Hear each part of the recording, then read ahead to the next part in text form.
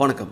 இந்த வீடியோவில் நம்ம பார்க்க போகிற இந்த விஷயம் இந்தியாவில் இருக்கிற எல்லா இன்வெஸ்டர்ஸ்க்கும் ஒரு பிக் அப்டேட்டாக இருக்கும். இனிமேல் நம்ம இந்தியாவிலேருந்து டைரெக்டாக அமெரிக்கா மற்றும் 30 நாடுகளில் இருக்கிற பங்குகளை நம்மளால் வாங்கக்கூடிய புதிய வசதியை கொண்டு வந்திருக்காங்க. இது சாதாரண நியூஸ் கிடையாது. இந்தியாவில் இருக்கக்கூடிய எல்லா முதலீட்டாளர்களுக்கும் அவங்களோட இன்வெஸ்ட்மெண்ட்டில் ஒரு பெரிய மாற்றத்தை கொடுக்குற ஒரு அப்டேட்டாக இருக்கும். கிஃப்ட் சிட்டி இந்தியாவுடைய இன்டர்நேஷனல் ஃபினான்ஷியல் ஹப்பாக இது இருக்குது. நம்ம எல்லாருக்கும் தெரியும், இது குஜராத் மாநிலத்தில் காந்தி நகருக்கும் பக்கத்தில் இந்த கிஃப்ட் சிட்டி அமைஞ்சிருக்கு. இது இந்தியாவோட இன்டர்நேஷனல் ஃபினான்ஷியல் சர்வீஸ் சென்டரா பார்க்கப்படுது. IFSC அப்படின்னு சொல்லுவாங்க. இங்கே தான் international banking, insurance, stock exchange போன்ற எல்லா சர்வீசஸும் இயங்கிட்டு இருக்கும். இப்போ NSE IX global access platform அப்படிங்கிற ஒரு புதிய வசதியை அங்கே அறிமுகப்படுத்தியிருக்காங்க. இந்த NSE இன்டர்நேஷனல் எக்ஸ்சேஞ்ச், அதாவது NSE IX, இது பிப்ரவரி 25, 2026 லான்ச் ஆனிச்சு. ஒரு குளோபல்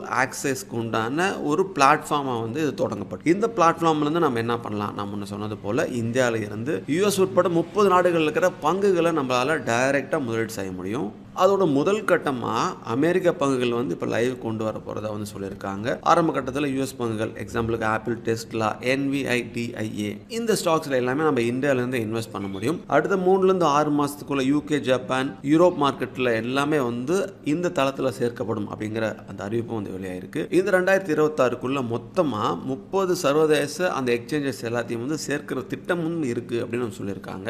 இது கண்டிப்பாக இந்தியாவில் இருக்கிற எல்லாருக்கும் ஒரு மிகப்பெரிய ஒரு முக்கியமான அப்டேட் தான். இதுலயும் மற்ற இடத்துல இல்லாத ஒரு முக்கியமான ஒரு சூப்பர் அப்டேட் இருக்கு. அது என்ன அப்படின்னா ஃபிராக்ஷனல் ஷேர்ஸ் அப்படின்னு சொல்லுவோம். சின்ன முதலீட்டாளருக்கு பெரிய ஒரு வாய்ப்பா இது பார்க்கப்படுது. ஒரு எக்ஸாம்பிளுக்கு யூஎஸ்லாம் முன்னாடி முழுசாக ஒரு பங்கை வாங்கணும்னா அது சிரமமாக இருக்கும். அதோட விலைகள் ரொம்ப அதிகமாக இருக்கும். விலை அதிகமாக இருக்க ஷேரை அவ்வளோ பணம் தொகை கொடுத்து ஒரு ஷேரே நம்மளால் வாங்க முடியாது. அது ரொம்ப கஷ்டம். அதுக்கு ஃப்ராக்ஷனல் ட்ரேடிங் அப்படிங்கிற ஒரு ஃபெசிலிட்டி, ஒரு வசதி இருக்குது. அதை பயன்படுத்தி நம்மள்கிட்ட குறைவான தொகை இருந்தாலே போதும், அந்த ஒரு ஷேர்லேருந்து ஒரு பங்கு கிடைக்கும். எக்ஸாம்பிளுக்கு சும்மா ஒரு ஆப்பிள் பங்கோட விலை $200 அப்படின்னு வச்சுக்கலாமே. ஆனால் நம்மள்கிட்ட ஒரு $10, $20 இருந்தாலுமே நம்மளால் இந்த வசதியை பயன்படுத்தி வாங்க முடியும். அப்படி வாங்கணும் அப்படின்னா அந்த ஸ்டாக்கோடைய ஒரு பகுதி நம்மள்ட்ட இருக்கு. இதனால தான் சின்ன முதலீட்டாளர்கள் இதில் முதலீடு செய்ய எல்லாரும் ஆர்வம் காட்டினாங்க.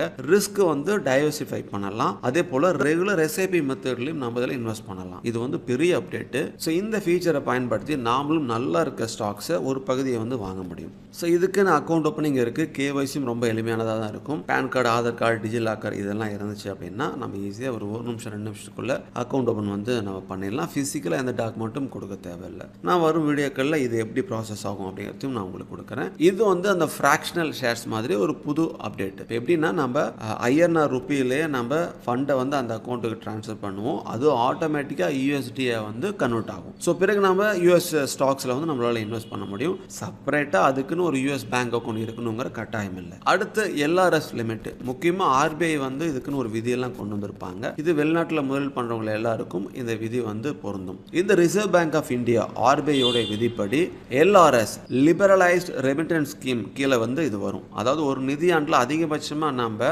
$2,50,000 வரைக்கும் நம்மளால இன்வெஸ்ட் பண்ண முடியும். அதுக்கு மேலே நம்மளால இன்வெஸ்ட் பண்ண முடியாதுங்கிற மாதிரிலாம் அந்த ஸ்ட்ரக்சர் கொடுத்துருக்காங்க. சரி, இது சேஃபா, இது யார் ரெகுலேட் பண்ணுறாங்க அப்படின்னு நம்ம தெரிஞ்சுக்கணும். இந்த எக்ஸ்சேஞ்சை ரெகுலேட் பண்ணுறது யார் அப்படின்னா international financial services centres authority, IFSCA, அவங்க தான் இதை ரெகுலேட் பண்ணுறாங்க. ஸோ அதனால் இது ஒரு ரெகுலேட்டட் அஃபிஷியல் பிளாட்ஃபார்ம் அப்படிங்கிறது நம்ம தெரிஞ்சுக்கலாம். அண்ட் ரொம்ப முக்கியமாக ஸ்டாக்ஸ் மட்டும் கிடையாது. இந்த பிளாட்ஃபார்ம்ல இருந்து இன்டர்நேஷனல் ஸ்டாக்ஸ், ETFs, பாண்ட்ஸ் இதில் எல்லாத்தையும் நம்ம முதலீடு பண்ணலாம். இந்த வாய்ப்பெல்லாம் இருக்கிறதுனால தான் நம்மளுக்கு ஒரு குளோபல் டைவர்சிஃபிகேஷன்ஸ் செய்யறதுக்குள்ள வாய்ப்பாக இது அமையும். ஸோ கண்டிப்பாக இந்தியாவில் இருக்கிற எல்லா முதலீட்டாளர்களுக்கும் இது ஒரு நல்ல அப்டேட்டாக தான் இருக்கும்னு நம்புகிறேன். ஸோ இதில் எப்படி நடைமுறையாக இருக்கலாம் அப்படின்னா, ஃபர்ஸ்ட் நம்ம அந்த பிளாட்ஃபார்மில் போய் ஒரு அக்கௌண்ட் ஓப்பன் பண்ணணும், KYC பண்ணணும். INRல நம்ம ஃபண்ட் ட்ரான்ஸ்ஃபர் பண்ணோம்னா அது USD கன்வெர்ட் ஆயிரும். அப்புறம் US ஸ்டாக்ஸில் அல்லது ETFல ஃப்ராக்ஷனலாவோ அல்லது ஃபுல் ஷேராவோ நம்ம வாங்க முடியும். நீங்களும் இதை பற்றி செக் பண்ணி பாருங்க. இது யாருக்கெல்லாம் பொருந்தும் அப்படின்னா லாங் டேர்ம் இன்வெஸ்டர்ஸ்க்கு, டெக் கம்பெனி இன்வெஸ்ட் செய்ய விரும்புகிறவங்க, அதே போல் US மார்க்கெட்டில் எக்ஸ்போஷர் வேணும்னு நினைக்கிறவங்க, போர்ட்ஃபோலியோ டைவர்சிஃபை பண்ணணும்னு நினைக்கிறவங்க, இவங்க எல்லாத்துக்குமே கண்டிப்பாக அது யூஸ்ஃபுல்லாக இருக்கும். அண்ட் இதிலே நம்ம தெரிஞ்சுக்க வேண்டிய சில முக்கியமான பாயிண்ட்ஸும் இருக்குது. பாயிண்ட்ஸ் நோன்னு சொல்லலாம். அது என்ன அப்படின்னா USD கன்வர்ஷன் கன்வர்ஷனுக்கு ஏதாவது சார்ஜஸ் வந்து இருக்கலாம். ஒரு அமௌண்ட் வந்து யூஎஸ்டியாக வந்து மாறுறதுக்கு ஏதாவது சார்ஜஸ் வந்து இருக்கலாம். அதே போல் யூஎஸ் மார்க்கெட் வந்து வால்டிலிட்டி வந்து அதிகம், டாக்ஸ் ரூல்ஸ்லும் வந்து இருக்குது. அதெல்லாம் புரிஞ்சுட்டு அதுக்கப்புறம் இன்வெஸ்ட் பண்ணுறது நல்லது. கரன்சியோட ரிஸ்க்கும் வந்து இருக்க வாய்ப்புகள் வந்து இருக்குது. இதெல்லாம் நம்ம செக் பண்ணணும். இதனால் நம்மளுக்கு கிடைக்கக்கூடிய ரியல் இம்பாக்ட் என்ன அப்படின்னா, முன்னெல்லாம் யூஎஸ் ஸ்டாக்ஸ் நம்ம வாங்கணும் அப்படின்னா ஃபாரின் புரோக்கர்கிட்ட ஒரு அக்கௌண்ட் ஓப்பன் பண்ணணும். அது காம்ப்ளெக்ஸ் ஒரு ப்ராசஸாக வந்து இருக்கும், சார்ஜஸும் வந்து அதிகமாக இருக்கும். ஆனால் இப்போ இந்தியாவிலேருந்து ரூபாலேருந்து டிஜிட்டல் கேஒய்சி மூலமாக ஃப்ராக்ஷனல் ஷேர்ஸும் நம்மளால வாங்குற மாதிரி இந்த அப்டேட் வந்து கொண்டு வந்திருக்காங்க.